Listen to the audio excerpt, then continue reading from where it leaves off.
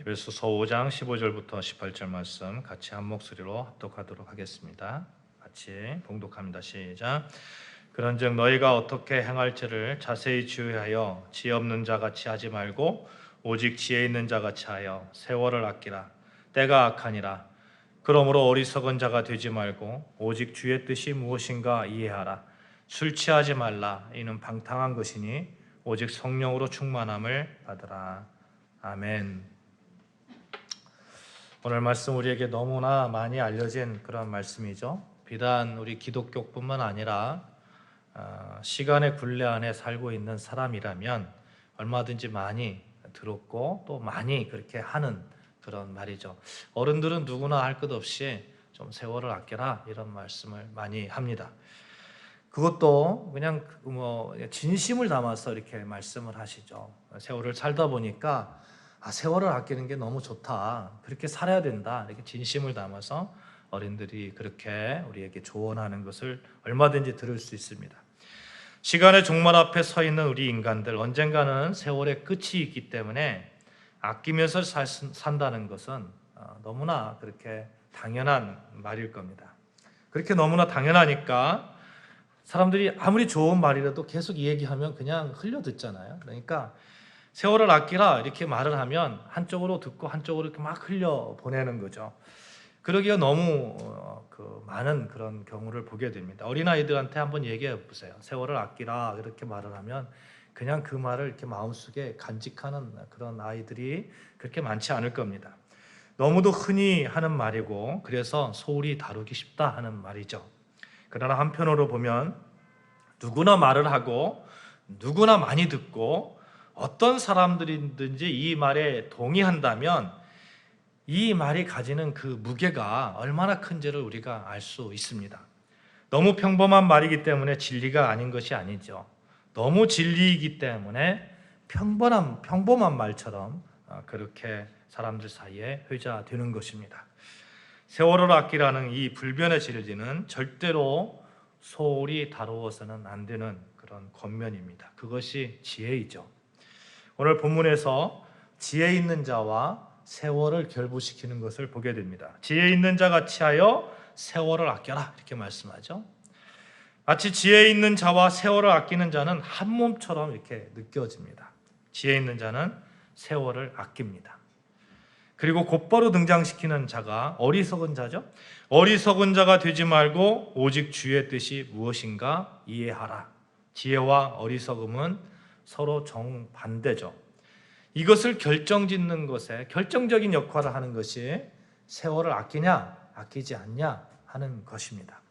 오늘 여러분과 함께 이 세월을 아끼라는 말씀의 의미의 무게를 두고 같이 은혜를 나누고자 합니다. 먼저 여러분, 오늘 성경에서 지혜 있는 자같이 하여 세월을 아끼라 말씀하는데 성경에서 말하는 지혜가 무엇인가 하는 거예요.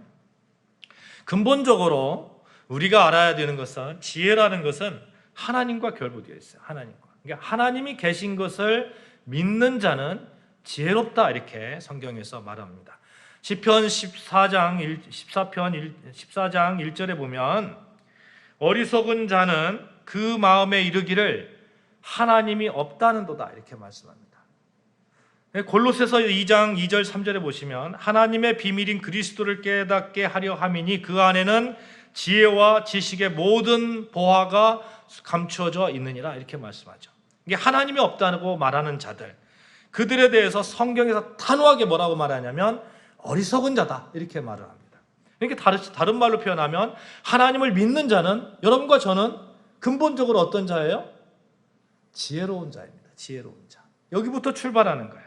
하나님의 비밀이 그리스도를 통해서 나타나며 그리스도 안에 참 지혜가 있다는 것을 우리는 믿고 있습니다.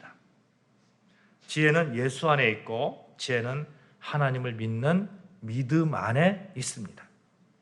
우리가 착각하기 쉬운 것이 뭐냐면 지혜라는 것이 단순히 많이 배운 것 또는 어떤 능력 또는 어떤 재능 이런 것에 착각하기 쉬워요. 그래서 예수 믿는 사람 중에서도 심지어 교회 안에서도 많이 공부한 사람들을 막 이렇게 대우해 주려고 하고 뭐 적당하게 공부한 사람들은 좀 무시하려고 하는 지혜 없다 이렇게 말을 하고 하는 것들을 교회 안에서 보게 됩니다. 또 그런 많이 배운 사람들을 막 그 교회의 어떤 중책에 앉히려고 하고 그것이 당연한 것처럼 생각을 합니다.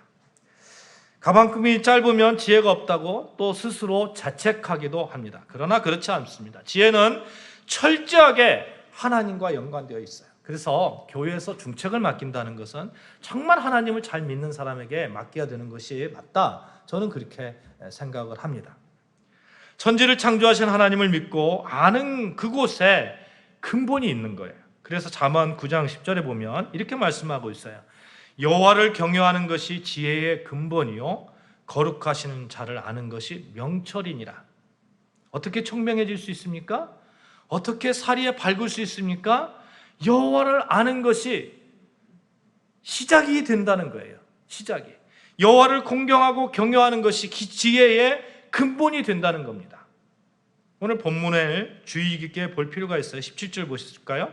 17절. 그러므로 어리석은 자가 되지 말고 오직 주의 뜻이 무엇인가 이해하라. 이렇게 말씀합니다.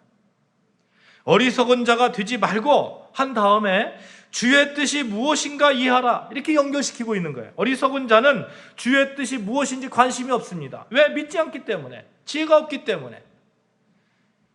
그들은 하나님을 믿지 않아요.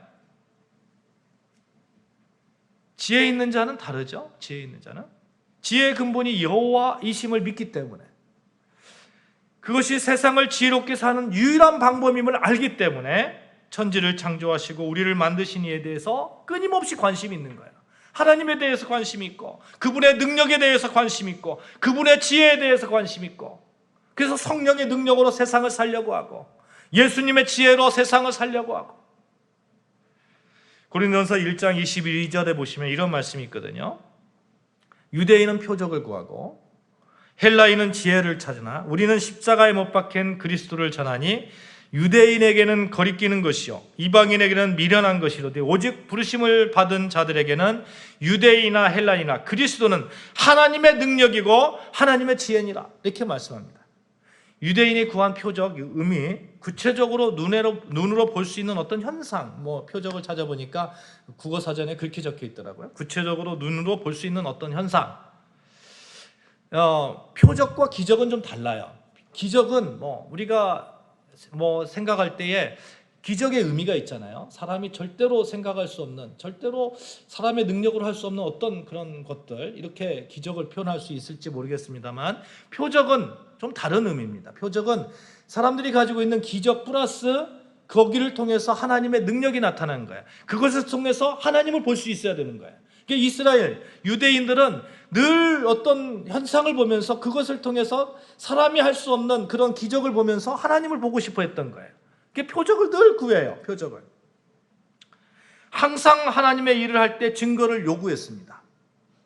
예수님 때도 유대인들이 표적을 요구하고 있죠. 그런데 표적은 눈으로 볼 때만 믿는다는 거예요. 표적을 눈으로 볼 때만.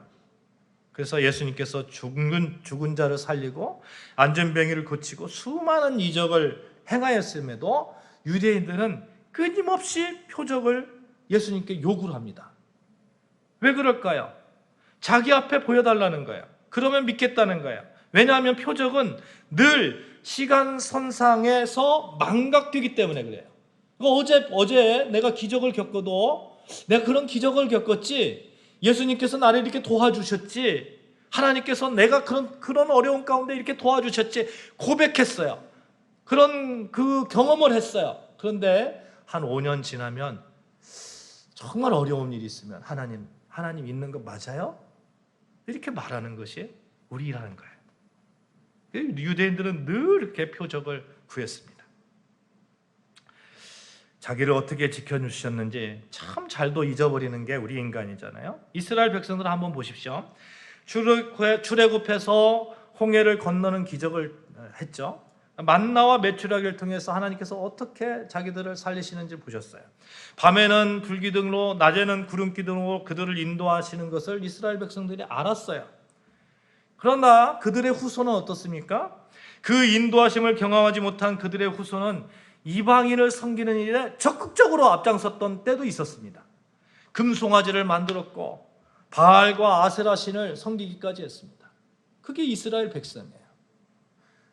예수님 당시에도 예수님께서 십자가에 달리실 때 사람들이 뭐라고 말했는지 마태복음 27장 39절 보시면 이렇게 말씀하거든요.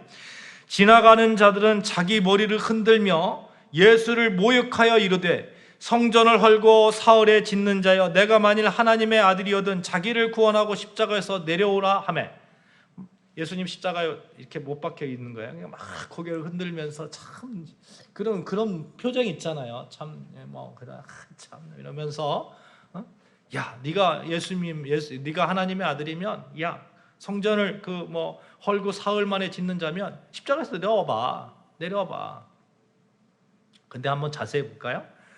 성전을 헐고 사흘에 짓겠다, 이 말을 예수님께서 하셨다는 걸 알고 있는 사람들이에요. 그렇죠? 알고 있는 사람들이에요. 아마도 이들은 예수님이 죽은 자를 살리신 것, 수많은 기적을 일으키신 것도 들어서 알고 있는 사람들일 거예요. 어쩌면 본 사람들일 거예요. 그런데 그들은 예수님을 믿지 못하고 또다시 표적을 요구합니다. 표적은 이런 겁니다. 가끔 하나님 저 이렇게 해주시면 제가 믿겠습니다. 이거 지혜로운 거 아닌 거죠. 기도는 그렇게 드리는 거 아니죠. 하나님의 뜻이 무엇인지 알게 해달라고 하는 것, 그게 기도죠. 하나님의 뜻에 순종하게 해달라고 하는 것, 그것이 지혜로운 자죠. 일단 여러분 하나님을 신뢰하시기를 주님의 이름으로 축복합니다. 아멘. 하나님을 믿으십시오. 진심으로 믿으십시오. 그것이 지혜로운 자의 처신입니다. 그러면 헬라인들이 구했다는 지혜는 무엇입니까? 당시 그리스 헬라 철학이 유행했어요. 여러분도 아시다시피 헬라 철학 그것이 진리입니까? 소크라테스, 플라톤, 유명한 학자들 우리가 알고 있습니다. 그러나 그들이 말하고 행동하고 발견한 모든 것들이 지혜라고 말하지는 않아요. 그들은 인간이기 때문에 그렇습니다. 인간이 지혜를 구한다고 하더라도 인간에서 나온 그 지혜는 참 지혜일 수가 없습니다. 인간은 유한하기 때문에 그런 것이죠. 그런데 바울은 참 지혜가 무엇인지 알고 있었다는 거예요. 여호와를 경외하는 것이 지혜의 근본임을 알고 있었고, 예수 그리스도 안에서 지혜와 지식의 모든 보화가 감추어져 있는 것을 알고 있었고, 그래서 그리스도는 하나님의 능력이고 하나님의 지혜다, 이렇게 바울은 아주 당당하게 이렇게 말하고 있는 거죠. 선포하고 있는 거죠. 사랑하는 여러분, 우리 참 지혜를 알아야 됩니다. 참 지혜 안에 있어야 됩니다. 예수 그리스도 그분을 통해서 하나님의 능력이 나타나고 하나님의 지혜가 나옴을 우리는 믿고 나아가고 그 안에서 세상에서 살아가는 거예요. 그 믿음이 있어야 하나님의 뜻을 알아서 세월을 아끼는 그 일에 최선을 다할 수 있는 거죠. 힘이 생기고 결단할 수 있고 해야 된다는 당위성을 고백할 수 있는 겁니다. 예수 그리스도를 아는 지혜 가운데 하나님의 뜻을 잘 알고 특별히 세월을 잘 아끼며 사용하시는 저와 여러분 되시기를 주님의 이름으로 축원합니다. 아멘. 그러면 왜 오늘 본문에서 지혜로운 자 같이 하여 세월을 아끼라 이렇게 말을 할까요? 뭔가 좀 이 말뜻에 뭔가 긴박함 같은 그런 어떤 상황이 이렇게 보여지지 않습니까? 뜬금없이 세월을 아껴 이렇게 말하지는 않거든요. 그렇죠? 우리가 아이들에게 권면할 때에 이제 막 계속해서 논다든지 공부도 하지 않고 공부가 세상의 전부는 아닙니다만 계속 미래를 준비하지 않고 이런 아이를 본다면, 그렇게 느껴진다면 좀 세월을 아껴서 살아라 이런 말을 하잖아요. 좀 시간을 아껴라 이런 얘기를 하는데, 오늘 성경에서도 뭔가 이유가 있어요. 이유가 있어서 세월을 아끼라고 그러는데, 그 말씀 세월을 아끼라 한 말씀 바로 뒤에 뭐라고 말씀합니까? 우리 같이 읽어볼까요? 같이 읽어봅니다. 16절 같이 읽습니다. 시작. 세월을 아끼라 때가 악하니라. 때가 악하다는 거예요. 때가 악하기 때문에 세월을 아끼라고 이렇게 이야기합니다. 바울은 인간이 유한한 시간 안에 살고 있잖아요. 그 시간 안에 살고 있는 그 인간임에도 불구하고 그 시간조차도 악한 시간을 살고 있다는 거예요. 여러분과 제가 그런 악한 시간을, 정말 정신 차려야 되는 그런 시간을 살고 있다는 겁니다. 요즘 한국인의 기대 평균 수명이 보니까 83세 정도 되더라고요. 83세. 그 어린아이 입장에서 보면 굉장히 긴 시간처럼 느껴질 거예요. 긴 시간처럼. 며칠 전에 노래를 하나 들었는데, 아빠 언제 어른이 되나요? 이런 노래가 있더라고요. 그런 노래 최불암하고 누구하고 이렇게 같이 부르던데, 어린아이 입장에서는 빨리 어른이 되고 싶은 거죠. 근데 80세 가까이 되신 분한테 한번 물어보십시오. 세월이 깁니까 짧니까? 그러면 그냥 지나갔다 그래요. 눈 깜짝할 사이에 지나갔다 그래요. 기껏해야 8, 90이라는 거예요. 이 시간 짧은 시간, 이 시간조차도 악한, 그러니 정신 차리고 세월을 아끼라는 것이죠. 여러분, 이 시대가 어떤 시대입니까? 제가 대학 다닐 때에 정의가 강물처럼 그런 말을 많이 하고 다녔어요. 그래서 유학 시절에도 결혼하기 전에 제가 살던 집 그 앞에 팻말 있잖아요. 문 팻말에 정의는 정의여 강물처럼, 정의가 강물처럼 이렇게 적어놓고 달아놨었어요. 그리고 문지방을 들어가면서 맨날 보고 그랬었단 말이죠. 근데 제가 살아온 시절을 돌아보면 그렇게 정의롭게 살지 못했던 것 같아요. 그렇게 또 사는 것을 보지 못했습니다. 한때 불의를 유치며 데모하던 자들이 어느덧 데모의 대상이 되어서 불의를 저지르는 것을 얼마든지 우리가 보고 있잖아요. 그렇죠? 왜 그럴까요? 이 시대는 악한 시대이기 때문에 그렇습니다. 어쩌다가 한두 사람이 악한 것이 아니라 시대와 시대를 사는 사람들이 악한 거예요. 디모데후서 3장 1절 이하를 보시면 제가 읽겠습니다. 너는 이것을 알라. 말세에 고통하는 때가 이르러 사람들이 자기를 사랑하며, 한번 보세요. 자기를 사랑하며 돈을 사랑하며 자랑하며 교만하며 비방하며 부모를 거역하며 감사하지 아니하며 거룩하지 아니하며 무정하며 원통함을 풀지 아니하며 모함하며 절제하지 못하여 사나우며 선한 것을 좋아하지 아니하며 배신하며 조급하며 자만하며 쾌락을 사랑하기를 하나님 사랑하는 것보다 더하며. 말세에 보이는 징조들이죠. 여러분, 왠지 익숙한 말 같지 않습니까? 자기를 사랑하며 돈을 사랑하며 하나님보다 쾌락을 더 사랑한 것. 만약 이런 단어들에, 이런 말들에 마음에 좀 찔림이 있다면 우리 회개해야 되는 거예요. 익숙하고 그것에 심정적으로 동의하는 그런 면이 있다면 우리는 하나님 앞에 회개해야 되는 거예요.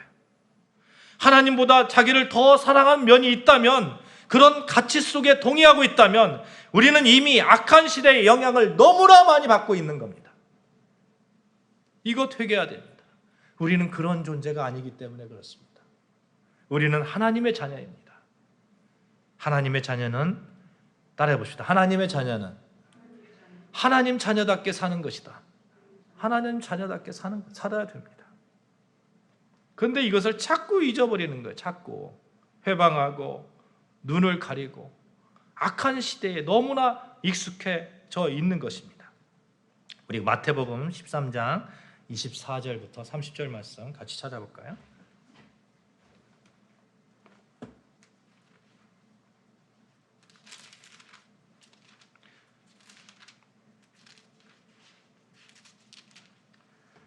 마태복음 13장 24절부터 같이 한 목소리로 읽습니다. 같이 읽습니다. 시작. 예수께서 그들 앞에 또 비유를 들어 이르시되 천국은 좋은 씨를 제 밭에 뿌린 사람과 같으니 사람들이 잘 때에 그 원수가 와서 곡식 가운데 가라지를 덮어 뿌리고 갔더니 싹이 나고 결실할 때에 가라지도 보이거늘 집주인의 종들이 와서 말하되 주여 밭에 좋은 씨를 뿌리지 아니하였나이까? 그런데 가라지가 어디서 생겼나이까? 주인이 이르되 원수가 종들이 말하되 그러면 우리가 가서 이것을 뽑기를 원하나이까? 주인이 이르되 가만두라. 가라지를 뽑다가 곡식까지 뽑을까 염려하노라. 둘 다 추수 때까지 함께 자라게 두라. 추수 때에 내가 추수꾼들에게 말하기를 가라지는 먼저 거두어 불사르게 단으로 묶고 곡식은 모아 내 곡간에 넣으라 하리라. 아멘. 쭉 밑으로 내려가서 38절 39절에 보시면 가라지가 무엇인지, 그것을 뿌린 존재가 무엇인지 나옵니다. 밭은 세상이고 좋은 씨는 천국의 아들이고 가라지는 악한 자의 아들이고 가라지를 뿌린 원수는 누구라고요? 마귀다. 이렇게 얘기해요. 마귀다. 여러분, 마귀가 뿌려놓은 가라지가 무엇인지 아십니까? 예수님께서 마태복음 12장 39절에 이 시대는 악하고 음란한 시대라고 이렇게 말하고 있어요. 악하고 음란하고 자기를 더 사랑하고 쾌락을 하나님보다 더 사랑하는 것, 마귀가 심어놓은 거예요. 마귀가 막 우리 가운데, 하나님을 믿는 여러분과 저 가운데 얼마든지 그걸 보고 있는 거예요. 같이 있는 거예요. 같이. 마귀는 하나님의 자녀가 가라지와 섞여 사는 시대를 만들었어요. 가라지하고 섞여 살다 보니까 어느 순간 가라지의 시선으로 세상을 바라보고 가라지의 가치가 너무너무 좋아 보여요. 제가 어렸을 때 시골에서 자랐거든요. 시골에서 모를 심잖아요. 모를 심으면 피가 이렇게 자라요. 피가 막 자라는데 이렇게 자라보다 보면 벼보다 더 많이 자라요. 더 많이 자라고 더 쑥쑥 자라고 더 멋지게 보이고 비슷해요. 비슷한데 더 멋지게 보여요. 여러분, 우리가 그리스도인으로 살면서 세상적 가치가 더 멋있게 보일 수 있다니까요. 얼마든지 멋있게 보여요. 그들이 더 잘 사는 것처럼 보여요. 왜 그렇게 잘 사는 것처럼 보이는지 아십니까? 고린도후서 11장 14절 보시면 사탄도 자기를 광명의 천사로 가장한다 이렇게 말씀하고 있어요. 사탄이 어떻다고요?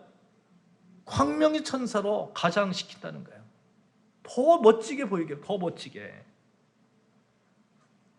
그러니까 우리가 가라지와 같이 살다 보니까 그쪽 가치로 사는 사람들이 더 잘 살아 보일 때가 얼마든지 많이 있고요.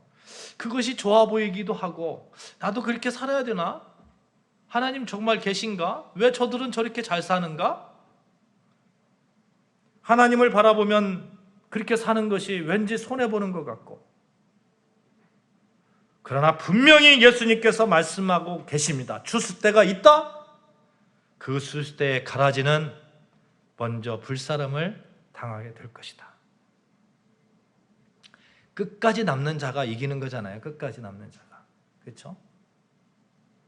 사랑하는 여러분, 우리가 세상을 사는 그 세상, 정말 악함을 알아야 되고, 마귀가 무슨 악을 이 세상에 뿌려 놓았는지 알아야 되고, 마귀가 뿌려 놓은 그 악, 얼마든지 좋게 보일 수 있다는 거 알아야 되고, 그 가치를 우리가 단호하게 거절해야 됩니다. 가라지와 공존하는 시대 속에서 하나님의 자녀로 산다는 거, 어떻게 보면 너무너무 행복한 거고 너무너무 가치 있는 것이고, 자꾸 가치가 흔들릴 때에 좀 당당해지고 좀 이렇게 좀 줏대를 가지고 이렇게 살아가자고요. 어리석게 굴지 말고 가라지가 좋은 것처럼 느끼지 말고 오직 주의 뜻이 무엇인가 이해하는 삶을 살아가라. 오늘 본문 17절 말씀에 그러므로 어리석은 자가 되지 말고 오직 주의 뜻이 무엇인가 이해하라. 세월을 가장 잘 아끼는 방법, 그것은 주의 뜻이 무엇인가 이해하며 사는 삶이라 믿습니다. 아멘. 여러분, 세월을 아끼는 사람은 주님의 뜻을 이해하고자 하는 사람이에요. 거기부터 출발하는 거예요. 거기부터. 어떻게 세월을 가장 잘 아낄 수 있습니까? 주님의 뜻을 이해하면서 살아가는 거예요. 어린 아이에게만 주어진 그 말씀이 아니에요. 내일 죽어도 오늘 주님의 뜻에 합당하게 살아가는 것, 그것이 세월을 가장 잘 아끼는 거 아니겠습니까? 우리에게 주어진 시간이 24시간입니다. 24시간 가라지에게도 주어졌고 좋은 씨앗에게도 주어졌고 부한 자에게도 주어졌고 가난한 자에게도 주어졌고 노인에게도 부어졌고 어린아이에게도 주어졌습니다. 이 주어진 시간 가운데 남 헐뜯고 남 자기 자랑하고 모함하고 절제하고 쾌락을 좋아하고 하나님 사랑보다 다른 것들을 더 사랑하고 이렇게 살아가는 거 결단코 노해야 된다는 거예요. 하나님의 뜻을 저버리면요, 고생 아닌 고생을 하는 것을 성경에서 얼마든지 보게 됩니다. 그렇죠? 하나님의 뜻이 무엇인지 모르고 살아가면 자꾸 고생해요. 출애굽 당시에 이스라엘 백성들에게 하나님께서 젖과 꿀이 흐르는 가나안 땅을 약속해 주셨어요. 그거 하나님의 뜻 아닙니까? 하나님께서 말씀하셨으니까, 그렇게 약속하셨으니까. 근데 아시다시피 이스라엘 백성이 가데스 바네아에서 정탐꾼들을 가나안 땅에 보냅니다. 근데 가나안 땅이 그때 잘 살았거든요. 이스라엘 백성에 비해서 잘 살았겠죠. 12명의 지파, 12지파에 12명의 대표를 뽑아서 보냈는데 12명이 40일간 가나안 땅을 정탐하고 돌아옵니다. 너무너무 잘 사는 동네니까, 잘 사니까 어떤 현상이 나냐면, 여러분 잘 살면 덩치가 커요, 안 커요? 잘 먹잖아요. 잘 먹으면 커지잖아요. 되게 그렇더라고요. 되게. 평균 키가, 제가 어렸을 때는요, 평균 키가 제 키였어요. 어른들의 키가 저보다 한참 어렸어요. 저보다 한참 밑에였어요. 그러니까 제가 이렇게 쓰면 어른들이 너무 작게 보였어요. 너무 작게 보였어요. 근데 지금은 제가 지하철을 딱 타면 왜 이렇게 제가 작게 보이는지 몰라요. 평균 키가 너무 커요. 왜 그럴까요? 너무 잘 먹잖아요. 잘 먹고 그렇게 크는 것이 그렇게 좋아 보이니까 계속 그렇게 크려고 합니다. 가나안 땅에 있었던 사람들, 잘 먹고 잘 살았기 때문에 그들의 족속 컸던 거예요. 등치가 커요. 또 성벽도 견고합니다. 이걸 본 정탐꾼들이 너무 당황해가지고 있는 그대로 얘기하는 거예요. 우리 정복할 수 없습니다. 너무 강해요. 그들은 우리는 그들에 비해서 메뚜기와 같아요. 이렇게 말한 사람들 정탐꾼 10명이 넘습니다. 10명입니다. 12명 중에 10명. 그러니까 이스라엘 백성들이 하나님을 원망하고 좌절하는 거죠. 분명 하나님께서, 하나님의 뜻은 가나안 땅을 정복하는 것이 하나님의 뜻이었는데 이스라엘 백성들은 하나님을 원망합니다. 안 된다는 거예요. 안 된다고 한 사람 40여 년간 광야에서 지나고 결국 안 됐잖아요. 그런데 그때 당시 2명만이 다르게 이기겠습니다. 민수기 14장 6절 보시면 좌절하는 백성들 앞에서 여호수아와 갈렙이 그렇게 통곡을 하면서 여호와께서 우리를 기뻐하시면 우리를 그 땅으로 인도하여 드릴 거다, 이렇게 말을 하잖아요. 실제로 여호수아 갈렙은 그렇게 갔잖아요. 여러분, 이스라엘 백성들 하나님의 뜻에 대해서 관심이 없고 현실만 바라보니까 40년을 광야 생활했어요. 40년을 허송세월한 거예요. 세월을 낭비한 거예요. 참 지혜는 무엇입니까? 어떻게 허송세월을 지내지 않을 수 있습니까? 하나님의 뜻이 무엇인지 이해하는 거예요. 여러분을 향한 하나님의 뜻, 여러분에게 왜 재능을 주셨습니까? 여러분에게 왜 그런 환경을 주셨습니까? 여러분에게 왜 그 일을 감당케 하셨습니까? 하나님이 그 일을 통해서 하나님의 뜻은 무엇인지 여러분 알고 있잖아요. 알고 있잖아요. 성경의 말씀을 통해서 알고 있습니다. 우리가 기도 가운데 알고 있습니다. 우리가 성령의 능력으로 알고 있는 거예요. 예수께서 가라사대 내 마음을 다하고 목숨을 다하고 뜻을 다하여 주 너의 하나님을 사랑하셨으니 이것이 크고 첫째 되는 계명이요 둘째는 그와 같으니 내 이웃을 내 몸과 같이 사랑하라 하셨으니, 하나님의 뜻이죠. 항상 기뻐하라, 쉬지 말고 기도하라, 범사에 감사하라, 이는 그리스도 예수 안에서 너희를 향하신 하나님의 뜻이니라. 하나님의 뜻이죠. 하나님의 뜻은 이것이니 너희의 거룩함이라, 곧 음란함을 버리고, 하나님의 뜻이죠. 계속해서 성경을 통해서 하나님의 뜻을 얼마든지 우리는 알 수 있습니다. 하나님의 뜻이 무엇입니까? 구하지 마시고 성경을 보십시오. 성경은 하나님의 뜻을 가장 실제적으로 보여주고 있습니다. 성경 말씀 안에서 하나님의 뜻을 알아가면서 세월을 허송하지 않고 살 수 있도록 도와주시는 그 분이 계세요. 바로 성령 하나님이시죠. 성령 하나님. 그래서 오늘 본문 18절 보시면 이런 말씀을 하고 있습니다. 술 취하지 말라. 이는 방탕한 것이니 오직 성령으로 충만함을 받으라. 자세히 보면 방탕함과 술 취함을 연결시키고 있죠. 방탕이라는 말을 사전에서 보니까 술, 성적 쾌락, 노름 등에 과도하게 빠져서 바르게 살지 못하는 것. 그러니까 헷갈리는 거죠. 뭐가 뭔지 몰라요. 멍하고 그렇게 사는 거예요. 이렇게 과도하게 빠져서 무질서한 생활을 하는 것, 자기 마음대로 사는 것, 이것이 가능하게 하는 것은 술 취했기 때문에 그런 거예요. 술 취했기 때문에. 그런데 우리가 지혜롭게 살 수 있는 것, 성경 말씀을 사모하는 것, 하나님을 믿는 그 믿음의 자녀로 살아가는 그 능력, 그것을 누가 주느냐? 성령께서 주신다는 거예요. 그 술 취함과 성령을 이렇게 결부시켜서 얘기하고 있잖아요. 똑바로 정신을 차리게 하는 것이 성령 충만이고, 성령 충만한 하나님을 바라보게 하고, 성령 충만한 하나님의 뜻으로 살게 하는 자에게 힘을 주시고, 성령 충만은 우리에게 능력을 주고 힘들지 않게 하고, 성령 충만은 가라지의 삶을 당뇨하게 노라고 말할 수 있게 하고, 그것이 좋아 보이지 않게 합니다. 그래서 고린도전서 2장 10절 보면 성령은 모든 것 곧 하나님의 깊은 것까지도 통달하시느니라 이렇게 말합니다. 사랑하는 여러분, 우리가 정말 성령 충만으로 세월을 정말 아끼면서 세월을 잘 활용하면서 그렇게 사시기를 주님으로 축복합니다. 그러면 좀 인생이 좀 이렇게 순탄하고 좀 이렇게 잘 지나가지 않겠어요?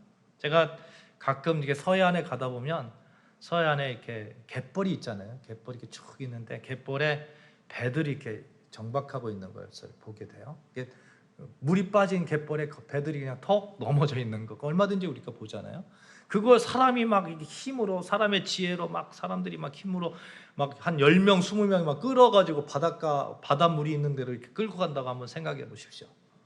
절대 힘들어가지고 이렇게 하지도 못할 거예요. 그런 생각도 못할 거예요. 그죠? 그 쓰러져 있는 그 배, 바닷물에 이렇게 둥둥 뛰어서 나가게 할 수 있는 방법은 바닷물이 들어오면 되는 거예요. 우리 삶 가운데 성령의 성령 충만의 그 물이, 강물이 우리 삶 가운데 이제 들어오면 우리 삶은 그냥 이렇게 멋지게 그렇게 항해할 수 있지 않겠어요?